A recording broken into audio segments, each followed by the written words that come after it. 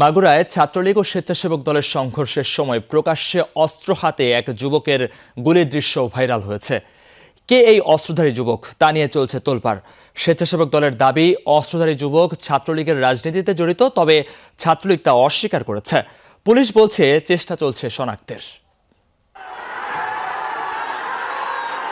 মাগুরায় গেল বুধবার স্বেচ্ছাসেবক দলের সাথে ছাত্রলীগ নেতাকর্মীদের ব্যাপক সংঘর্ষ হয়। সে সময় প্রকাশ্যে অস্ত্র হাতে দেখা যায় এক যুবককে, গুলিও ছোড়ে সে। সেই দৃশ্য সামাজিক যোগাযোগ মাধ্যমে হয়েছে ভাইরাল।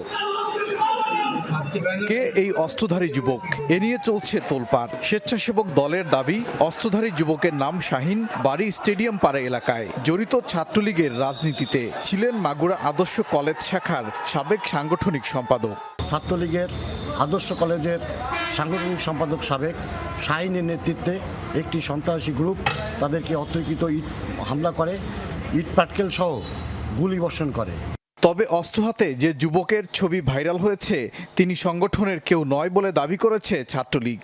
সামাজিক মিডিয়ায় ওকে ছাত্রলীগের কর্মী হিসেবে দাবি করা হচ্ছে। ওই ছেলেকে আমরা চিনিও না, ওই ছেলে আমাদের ছাত্রলীগের কর্মীও না। আমাদের ধারণা ওদের ভিতর থেকেই কোনো একজন ছিল, সেখান থেকে অপপ্রচার করছে। দেখেন, আপনারা ছবিটা দেখলে চেহারাটা স্পষ্ট বুঝতে পারবেন না। পুলিশ বলছে অস্ত্রধারী যুবককে শনাক্তের চেষ্টা চলছে, শিগগিরই আনা হবে আইনের আওতায়। একটি যুবকের ছবি পিস্তল সহ ভাইরাল হয়েছে এবং আমাদের এটা নজরে এসেছে। আমরা তাকে আইডেন্টিফাই করে প্রয়োজনীয় আইনগত ব্যবস্থা নিচ্ছি। বুধবারের সংঘর্ষের জন্য ছাত্রলীগ ও স্বেচ্ছাসেবক দলের নেতারা পরস্পরকে দায়ী করেছে।